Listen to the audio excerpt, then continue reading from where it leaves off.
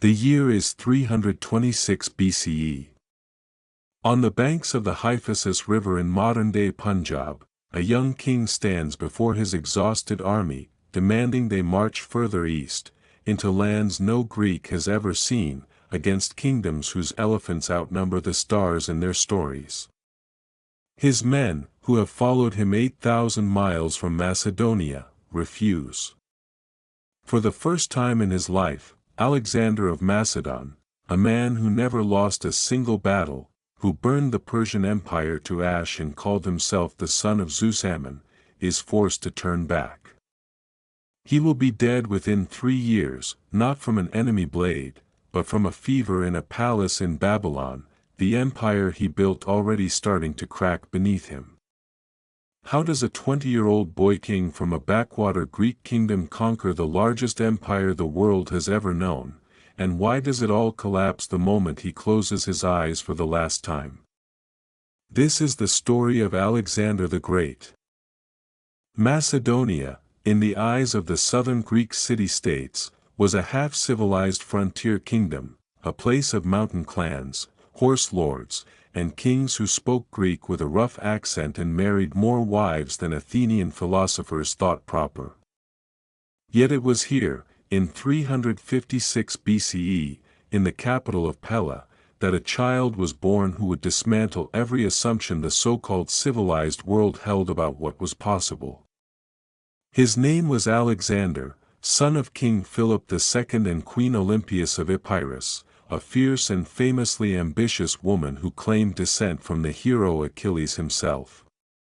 Olympias filled her son's childhood with a sense of cosmic destiny, telling him, depending on which ancient source you trust, that he was no ordinary mortal child but touched by the gods, perhaps even fathered by Zeus in the form of a serpent.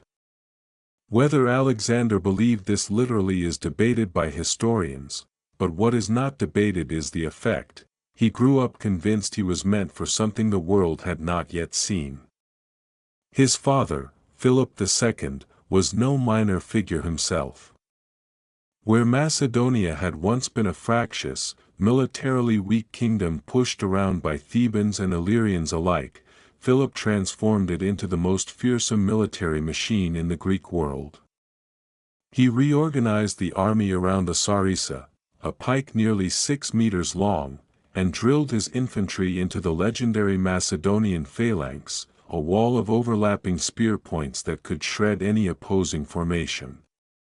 He paired this with heavy companion cavalry, the hetairoi, creating a combined arms force decades ahead of its time. By the 340s BCE, Philip had subdued most of the Greek city-states either through alliance or outright conquest, culminating in the decisive Battle of Gaugamela in 338 BCE, where Macedonian forces crushed the combined armies of Athens and Thebes.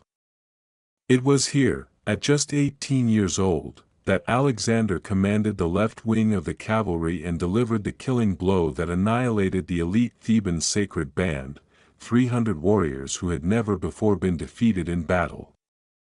Before Gaugamela, however, came the education that shaped Alexander's mind as much as Philip's army shaped his sword arm.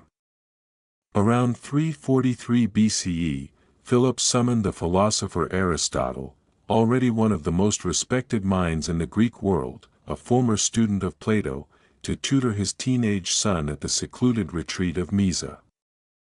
For roughly 3 years, Aristotle filled Alexander's mind not just with Homer, whose Iliad Alexander would carry with him for the rest of his life as something close to scripture, but with logic, ethics, medicine, botany, and a deeply Hellenic conviction that Greek culture represented the pinnacle of civilization, while non-Greeks, barbarians, in the parlance of the time, were inherently lesser.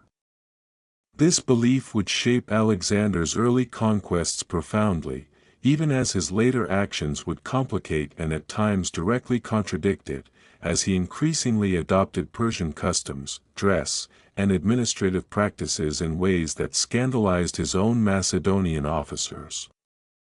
The relationship between Alexander and his father, however, was never simple.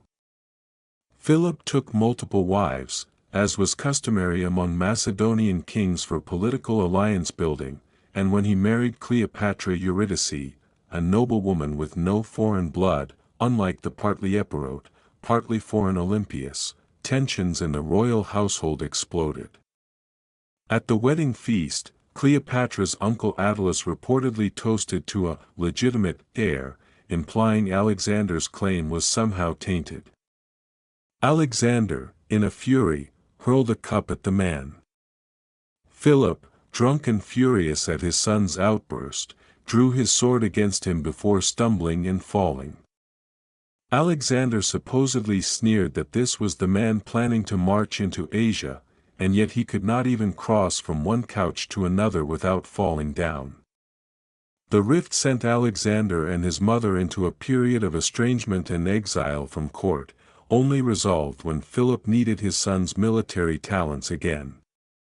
Then, in 336 BCE, came the event that would launch Alexander onto the throne far sooner than anyone expected. During a festival at Aegi, as Philip walked into a theater unguarded between two bodyguards. One of his own royal bodyguards, a man named Pausanias, stabbed him to death. The motive remains genuinely disputed among historians to this day. Some ancient sources suggest a personal grudge over an unresolved grievance Philip had failed to address, while others, then and now, have speculated about deeper conspiracies potentially involving Olympias, or even Alexander himself, eager to seize power before his father could disinherit him in favor of a younger half-brother. No definitive evidence implicates Alexander directly, and most modern historians lean toward the personal grievance explanation or a Persian-sponsored plot, but the convenience of the timing has fueled speculation for over 2,000 years.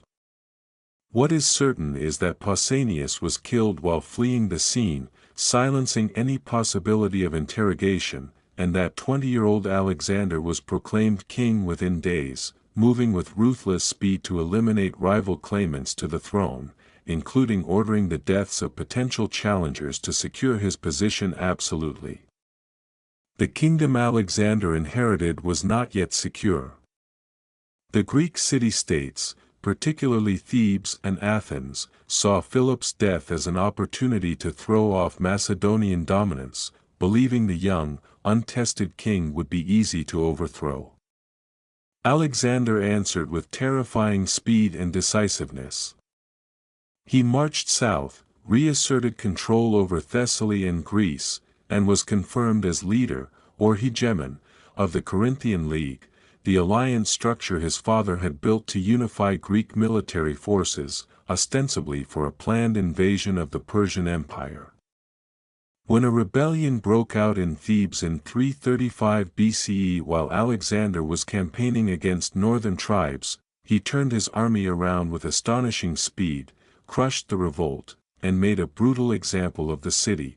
Thebes was razed to the ground, its population killed or enslaved, while the rest of Greece watched in horror. It was a calculated act of terror, designed to ensure no other Greek city would dare rebel again while he turned his attention toward Asia. The message was unmistakable: the boy king was not to be underestimated. With Greece subdued and his throne secure, Alexander turned to the ambition his father had first conceived, the invasion of the Persian Achaemenid Empire, the largest and wealthiest empire the world had yet seen, stretching from the Aegean coast of Anatolia to the Indus River.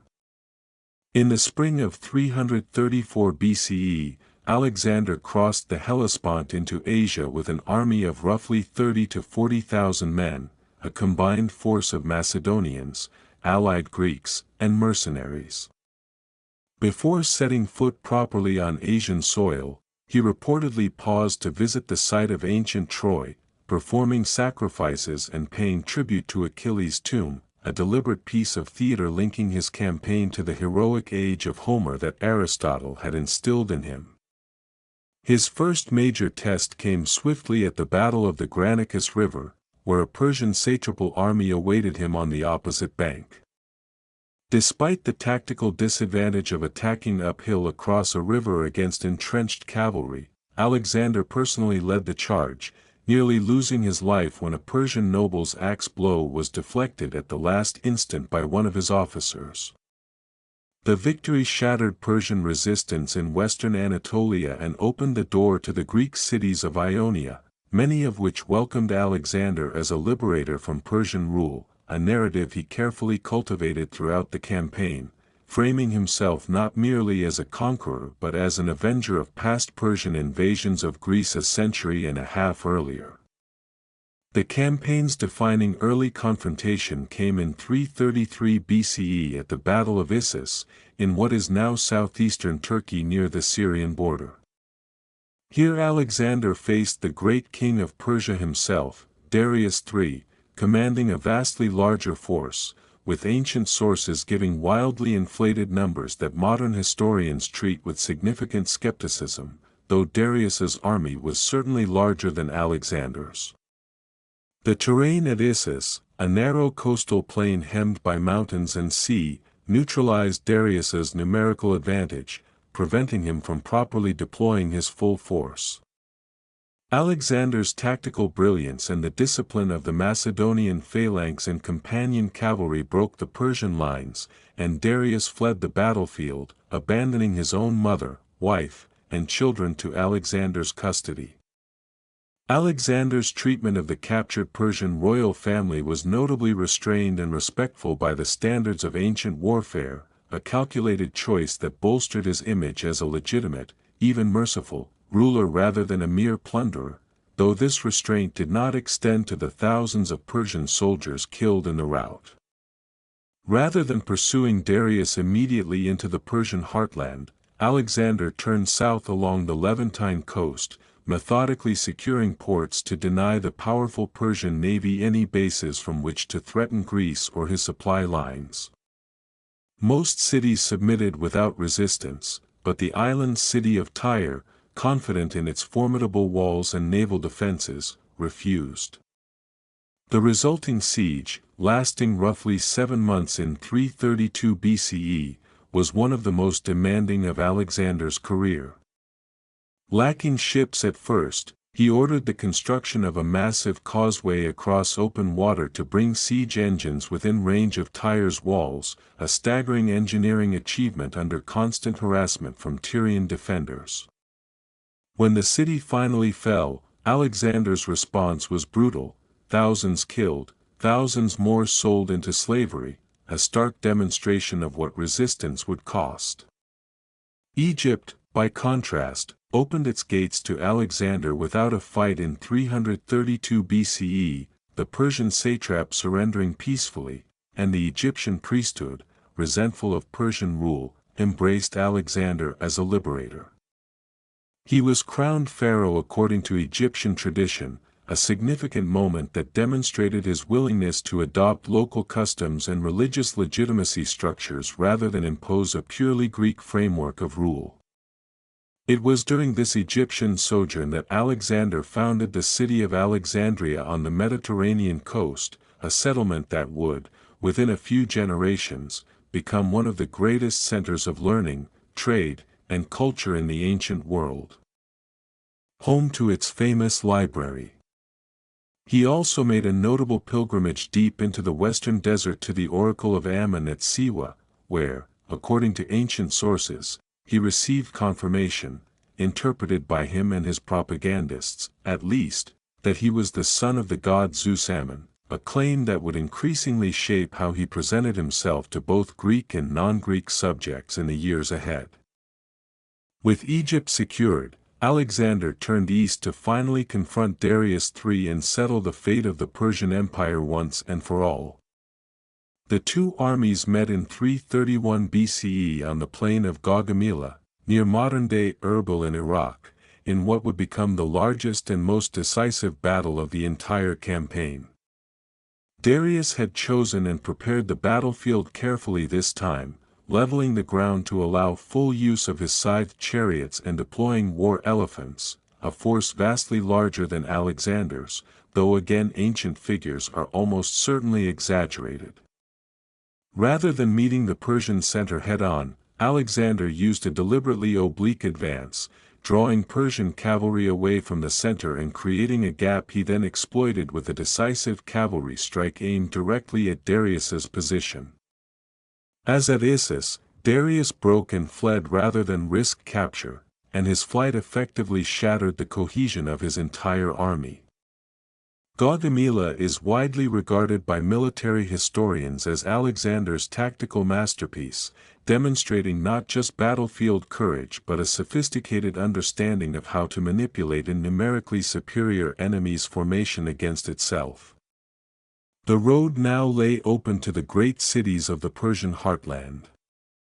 Babylon surrendered without resistance, its governor opening the gates and Alexander entering the ancient city to widespread local welcome, again positioning himself as a legitimate successor rather than a foreign destroyer. Susa, one of the Persian Empire's administrative capitals, fell similarly without a fight, yielding immense treasuries into Alexander's hands.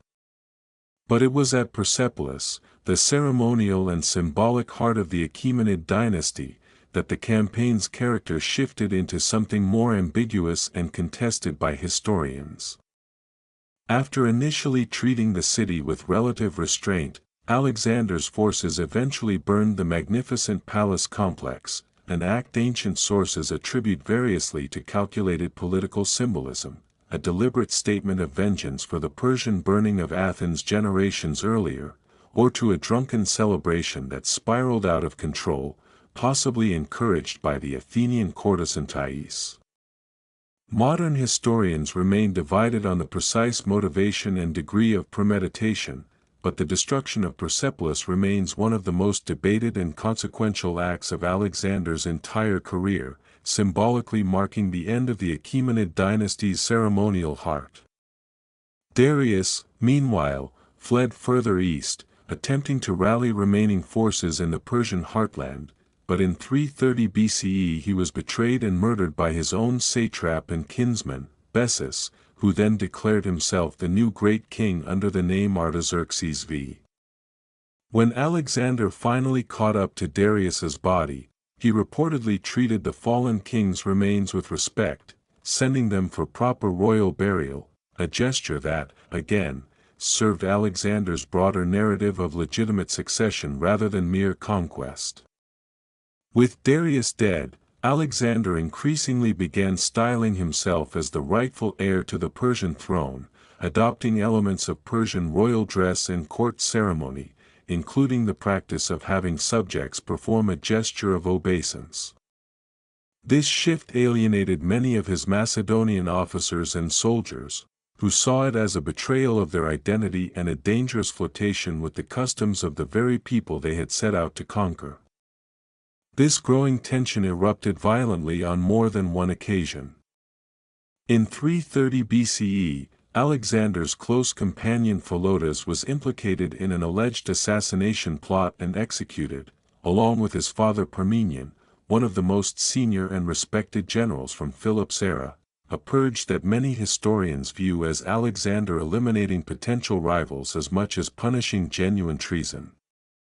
Then in 328 BCE, during a drunken banquet, Alexander killed his friend Clitus the Black with his own hands in a fit of rage after Clitus criticized his increasing adoption of Persian customs and his diminishing respect for the achievements of Philip and the older Macedonian generation. Alexander reportedly fell into days of grief and self-recrimination afterward. But the episode revealed the volatile psychological toll the years of campaigning, autocratic power, and cultural transformation were taking on him. The pursuit of Bessus continued into the wild eastern territories of Bactria and Sogdiana, in modern Afghanistan and Central Asia, where Alexander faced some of the fiercest guerrilla resistance of his entire career from local warlords who knew the mountainous terrain intimately, a campaign that dragged on for roughly 3 grueling years before the region was finally subdued. By 327 BCE, with Bactria and Sogdiana nominally pacified, Alexander pushed his army further east still, into the Indian subcontinent, crossing the Hindu Kush Mountains and the Indus River into territory that few in the Mediterranean world had ever even heard described accurately.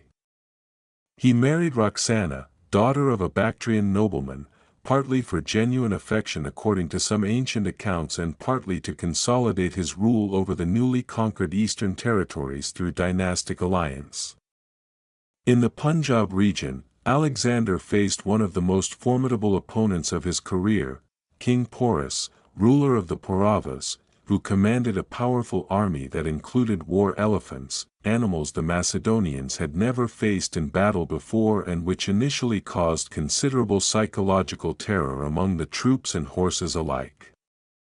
At the Battle of the Hydaspes River in 326 BCE, fought during difficult monsoon conditions with a swollen, fast-flowing river separating the two forces, Alexander executed a daring night crossing upstream to outflank Porus's position. The resulting battle was among the hardest fought of his entire career, with Macedonian infantry developing tactics specifically to target the elephants' vulnerable legs and trunks to neutralize their advantage. Alexander won, but the cost was significant, and he was reportedly so impressed by Porus's courage and bearing in defeat that he restored him to his throne as a vassal ally rather than deposing him.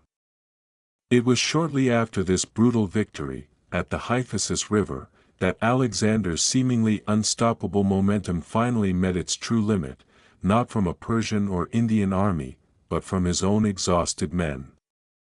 Years of relentless campaigning, monsoon rains, and rumors of even larger kingdoms with thousands more war elephants waiting further east finally broke the army's will to continue.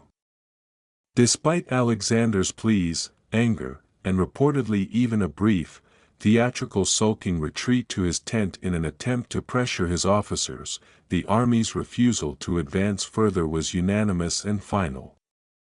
For the first time in his life, Alexander was forced to accept defeat, not on a battlefield, but in negotiation with his own soldiers. He ordered the construction of 12 massive altars to mark the eastern limit of his campaign and began the long return journey, choosing to lead a significant portion of his force back through the brutal Gedrosian desert, a decision that resulted in devastating losses to heat, thirst, and starvation, among the costliest stretches of the entire expedition in terms of human life, rivaling losses from any battle. Returning westward, Alexander arrived in Babylon in 323 BCE, where he began planning further campaigns, possibly into Arabia, possibly even further, while simultaneously working to consolidate and administer the vast, culturally diverse empire he now ruled, a patchwork stretching from Greece to the borders of India. He took further Persian and Bactrian wives in addition to Roxana, encouraged intermarriage between his officers and Persian noblewomen in a mass ceremony at Susa, and increasingly blended Macedonian and Persian administrative and ceremonial practices, a policy of fusion that historians still debate the genuine intent behind, whether it reflected sincere cosmopolitan vision or pragmatic political necessity to govern such a vast non-Greek population. Then, in June of 323 BCE, after a period of heavy feasting and drinking, Alexander fell seriously ill with a high fever that worsened steadily over roughly 10 to 12 days. Ancient sources describe escalating symptoms, and he eventually lost the ability to speak before dying at the age of 32. The exact cause of death remains one of history's most enduring medical mysteries, with modern scholars proposing theories ranging from malaria, typhoid fever, or West Nile virus, to alcohol-related complications, or even, in more speculative theories, poisoning, though no definitive ancient or modern evidence conclusively proves foul play. Alexander left no clear, undisputed heir, and when his generals reportedly asked him on his deathbed to whom he left his empire, he is said to have answered ambiguously, to the strongest, according to the most famous ancient tradition. Though the authenticity and exact meaning of this deathbed quote is itself debated by historians. What followed was decades of brutal warfare among his former generals, the so-called Wars of the Successors, which ultimately fractured his unified empire into several major Hellenistic kingdoms, the Ptolemaic dynasty in Egypt, the Seleucid Empire across much of the former Persian heartland, and the Antigonid dynasty in Macedonia and Greece itself. Yet even in fragmentation, Alexander's conquests permanently reshaped the ancient world, spreading Greek language, art, and culture across a vast swath of Asia and North Africa in what historians call the Hellenistic Age, a cultural and political legacy that would influence the region for centuries, long after the man himself had become more myth than memory.